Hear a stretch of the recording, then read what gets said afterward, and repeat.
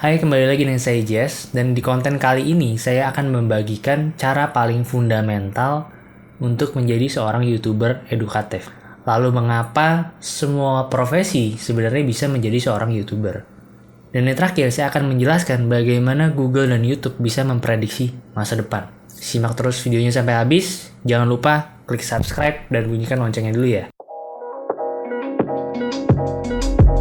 Nah, YouTube itu sebetulnya kan dibagi menjadi dua bagian besar atau dua dunia besar gitu ya. Yang satu adalah dunia entertainment yang isinya tuh biasanya reality show, TV show, talk show. Intinya yang sifatnya show-show. Atau bisa juga dunia gaming ya. Itu bisa juga dikategorikan sebagai entertainment atau dunia hiburan. Tapi sebenarnya ada satu dunia lagi, yaitu adalah dunia edukasi. Di mana YouTuber ini berperan lebih banyak pada dunia pendidikan. Bisa dibilang YouTuber ini adalah sebagai problem solver gitu.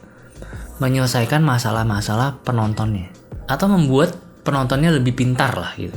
YouTube sendiri memiliki sekitar 2 miliar pengguna aktif setiap bulannya. Dan di Indonesia sendiri berdasarkan SimilarSwap, Indonesia memiliki traffic bulanan sebanyak 500 juta yang masuk ke YouTube. Dan YouTube itu memiliki posisi peringkat nomor 1 sebagai platform dengan pengguna aktif terbanyak di Indonesia. Lebih banyak daripada WhatsApp berdasarkan data di Hootsuite. Seharusnya nggak mungkin semua pengguna yang dihitung di sini, sekitar 500 juta traffic setiap bulannya, itu semuanya menikmati dunia hiburan.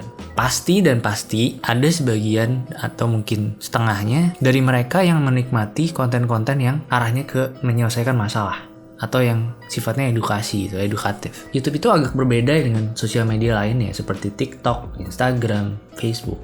Sebagai manusia, biasanya ketika kita merasakan momen-momen bahagia gitu ya, atau kita sedang senang, kita akan membagikan kesenangan kita ini di yang namanya Instagram atau Facebook atau mungkin TikTok sekarang.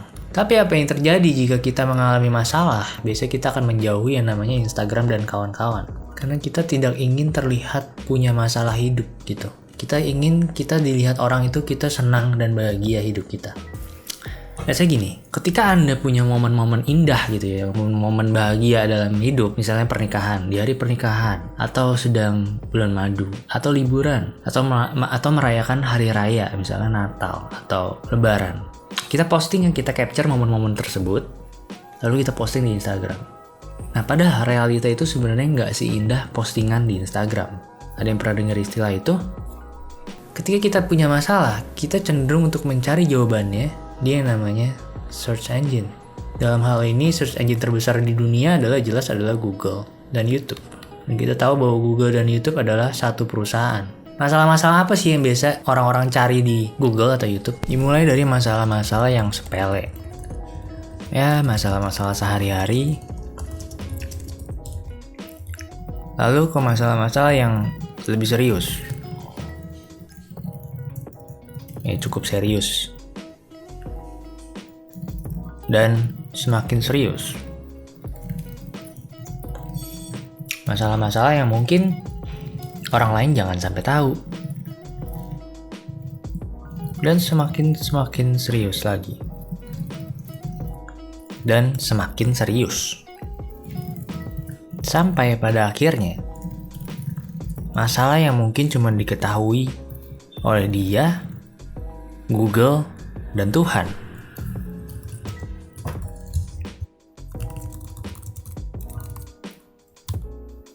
Search engine itu bukan Tuhan yang bisa memberikan jawaban.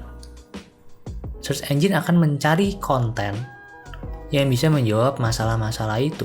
Dan biasanya konten bisa berupa blog, dan biasanya konten dibagi menjadi dua bagian besar.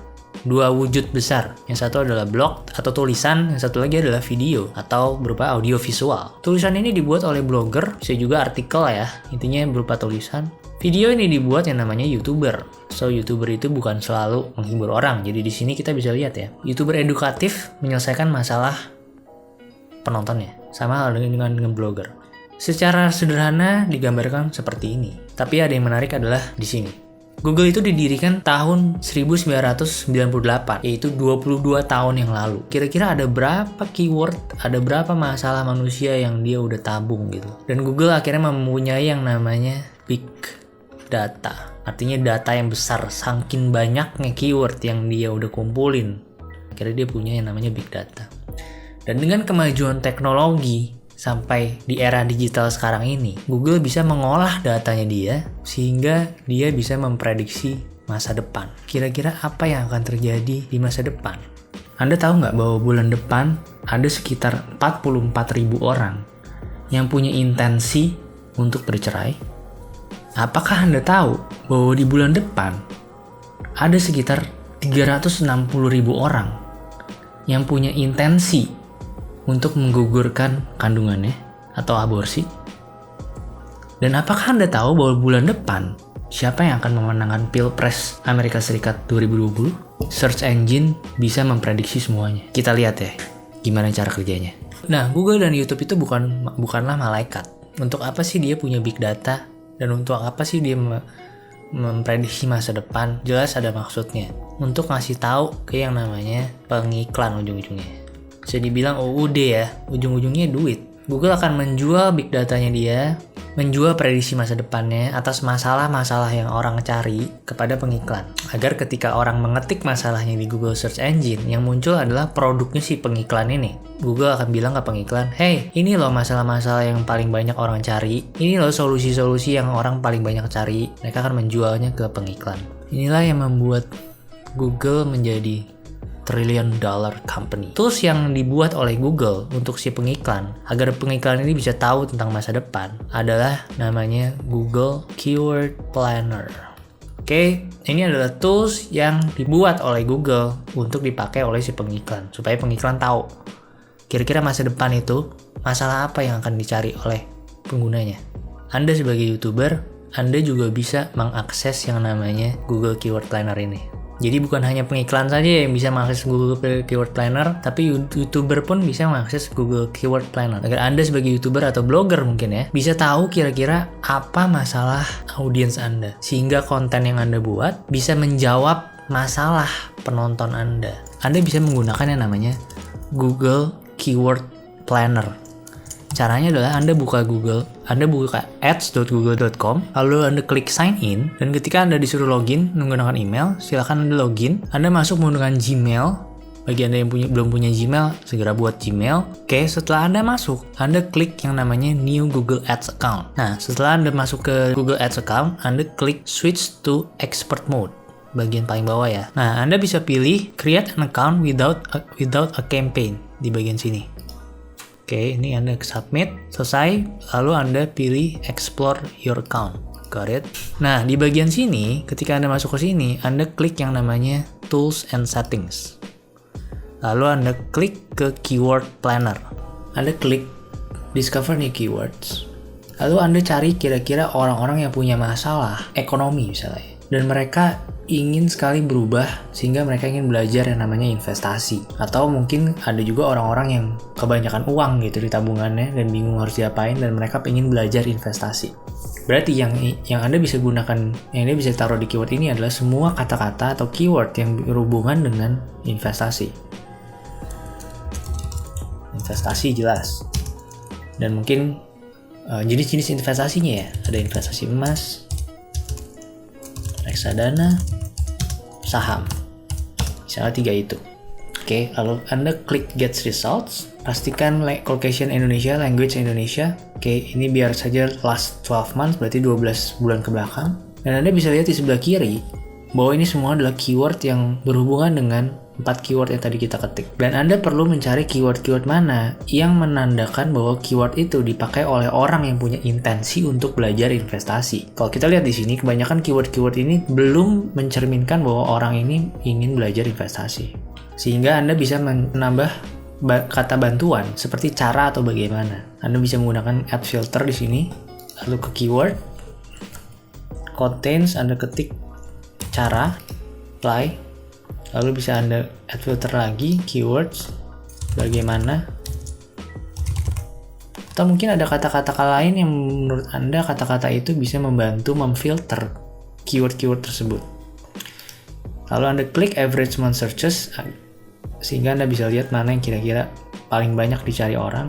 Dengan menambahkan kata cara tadi, di sini akan muncul keyword-keyword tersebut, tapi yang ditambahkan kata cara. Artinya berarti keyword ini bisa dibilang adalah keyword-keyword yang dipakai oleh orang-orang yang punya intensi untuk menabung saham atau untuk membeli atau untuk berinvestasi lah intinya ya. Oke, nah Anda bisa cek box semuanya ya. Anda bisa klik select all kalau misalnya lebih dari 100 dan klik add keywords. Nah, akan muncul di bagian kiri, Anda klik keywords, boom. Apa arti data ini? Perkiraan Google berarti di bulan depan, tanggal 1 sampai 30 November 2020, akan ada sekitar 74.000 hasil pencarian atas keyword-keyword yang tadi kita masukkan.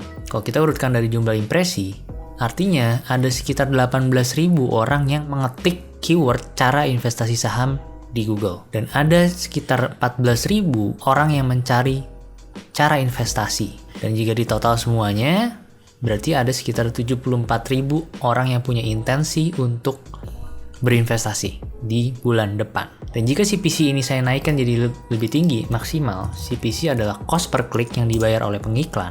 Impresi ini menjadi lebih banyak. Artinya, ada kemungkinan paling maksimal sekitar 140.000 intensi orang yang ingin berinvestasi di bulan November 2020.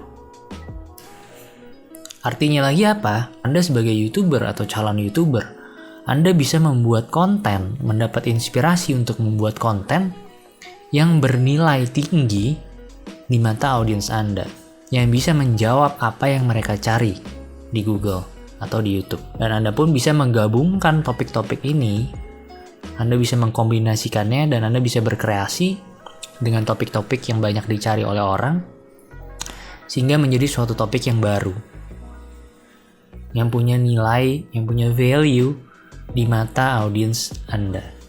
Dan kalau misalnya kita tes cara investasi. Nah, maka akan muncul bagian paling atas yang ada tulisan iklan. Ini adalah ranahnya pengiklan. Oke.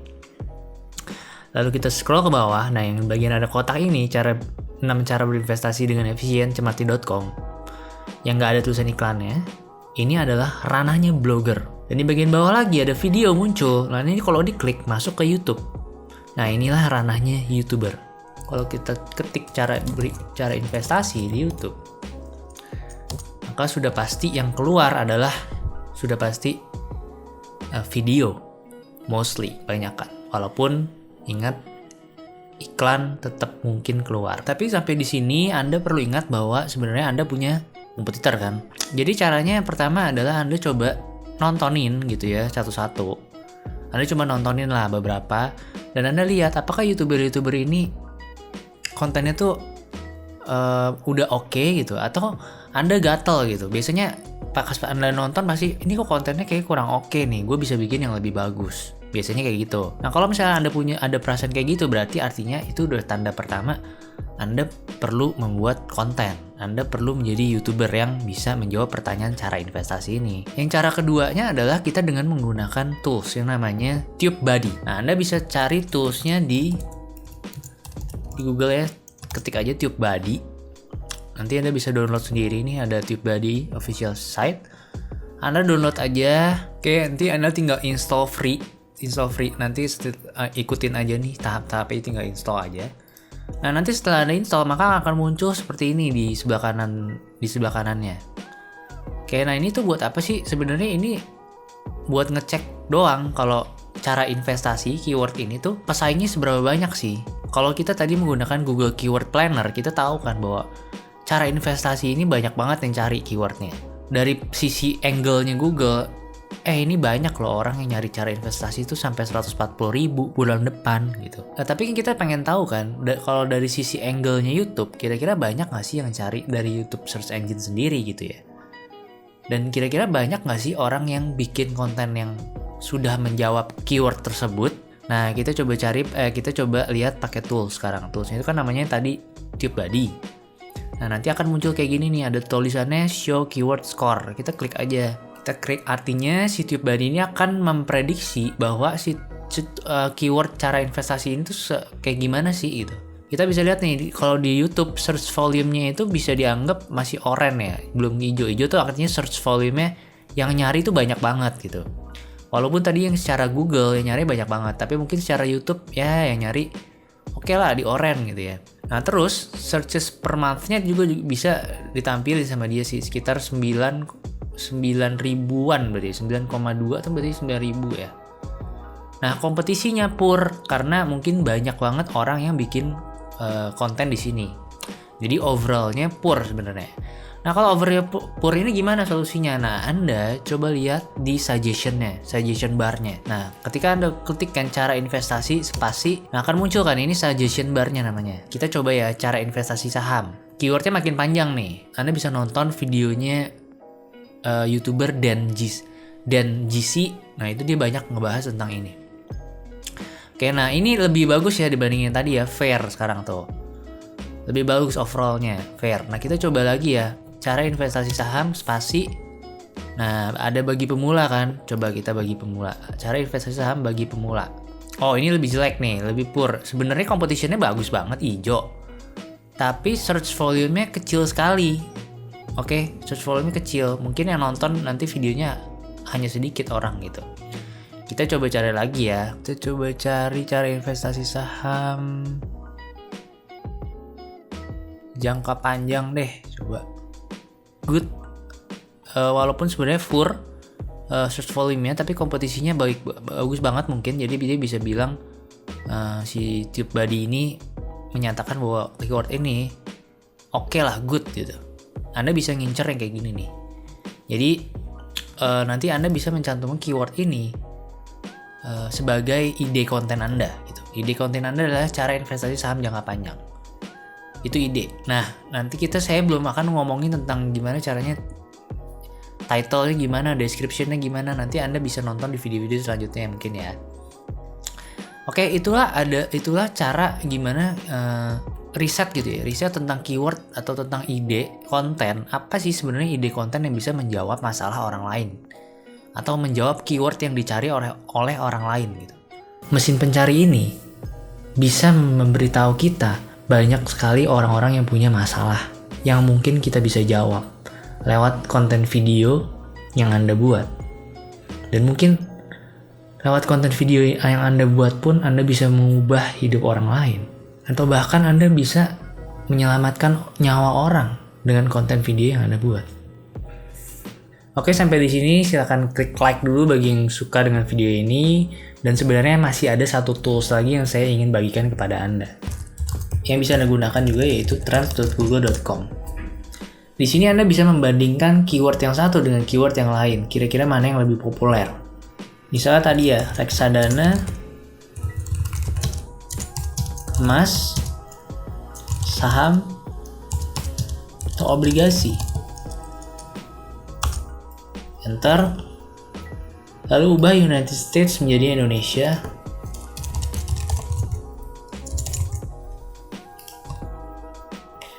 Anda bisa ubah past 12 months menjadi past 5 years mungkin. Oke, mungkin kita bisa lihat selama 5 tahun ke belakang tren emas bisa dikatakan menaik dibandingkan saham dan obligasi. Nah, Anda bisa menggunakan Google Trend ini juga untuk melihat queries atau keyword yang sedang rising atau sedang ngetrend gitu belakangan ini. Oke, Anda pun bisa mendapat ide dari sini.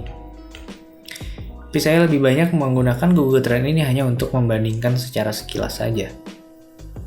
Keyword mana yang kira-kira lebih populer dibandingkan keyword lainnya. Berdasarkan buku yang saya baca, Everybody Lies, karangan Seth Stephen David Duist, bahwa mesin pencari bisa memprediksi siapa yang akan menang dalam sebuah pilpres sebuah negara, terutama negara Amerika Serikat.